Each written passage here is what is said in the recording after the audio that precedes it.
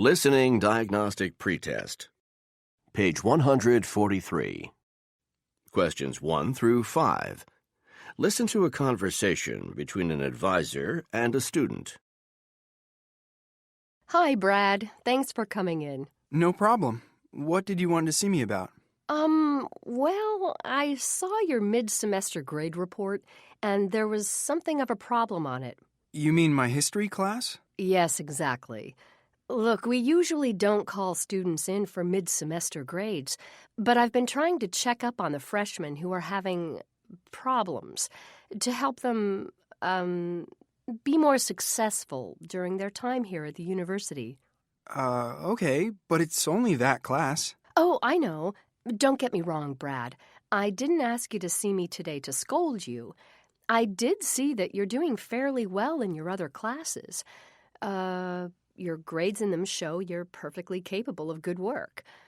But, well, to be frank, I worry about you not passing history. And I guess I just want to find out why you're not doing so well in the class. Well, this is gonna sound like a really bad excuse, but history's so early in the morning. It's at 9 o'clock. That's not really that early. Yeah, but there are a lot of things going on in the dorms until really late, so it's pretty much impossible to go to bed early. Brad, you do get up and go to history class, don't you? Usually. Ah, I'm beginning to see the problem. Since it's a class you're not doing well in, you should be there all the time. I'll try. Now, is that your only problem in the class, that you miss class sometimes? No, not exactly. What else is an issue? Well, I didn't do too well on the exam. And what was the problem, do you think? I studied for the exam, I really did, but there were a lot of questions on the exam that weren't in the class textbook, in the chapters that were covered on the exam. At least half of the questions on the exam weren't from the book. Do you understand why? I think there were a lot of questions from the lectures, stuff that wasn't covered in the text. Okay, here's where I think I can help you.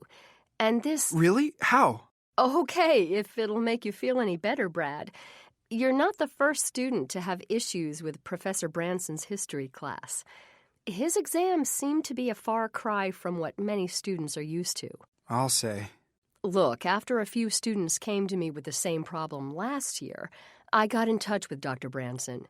He told me that during his lectures, he puts a lot of emphasis on looking at the past through different viewpoints. He wants his students to examine events in light of, various possible approaches to explain what happened in the past.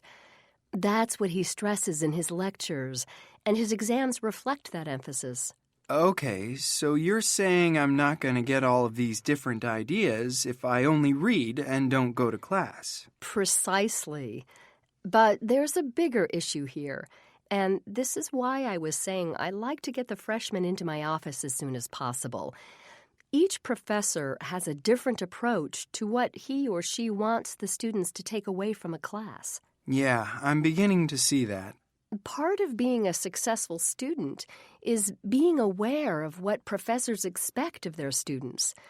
So you should pay close attention in the first few lectures when your professors outline the course, and ask them if you're not sure what they expect.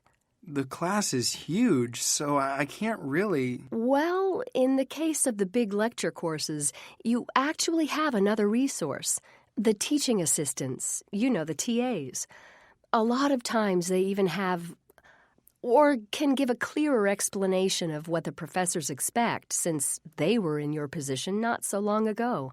So I should ask one of the TAs what to study for the exams? I'd say that for this particular class, ask the TAs or another student who's doing well. Take your midterm to them and ask what kind of answers they think the professors were looking for. They won't spell out exactly what will be on the future exams, but they can show you what kinds of things the professor tends to test. In other classes, you can approach the professor easier. If they don't have large lectures, you can get more attention during office hours. My point is, one way or another, make sure to find out what the professor requires his or her students to learn from the course. All right, that makes sense. I promise you'll be much happier if you do. You're probably right. And as for actually getting up and going to class, I can give you advice about courses, but you're going to have to meet me halfway on this. Okay, I hear what you're saying. Good. So check back in with me in a couple of weeks and let me know how it's going.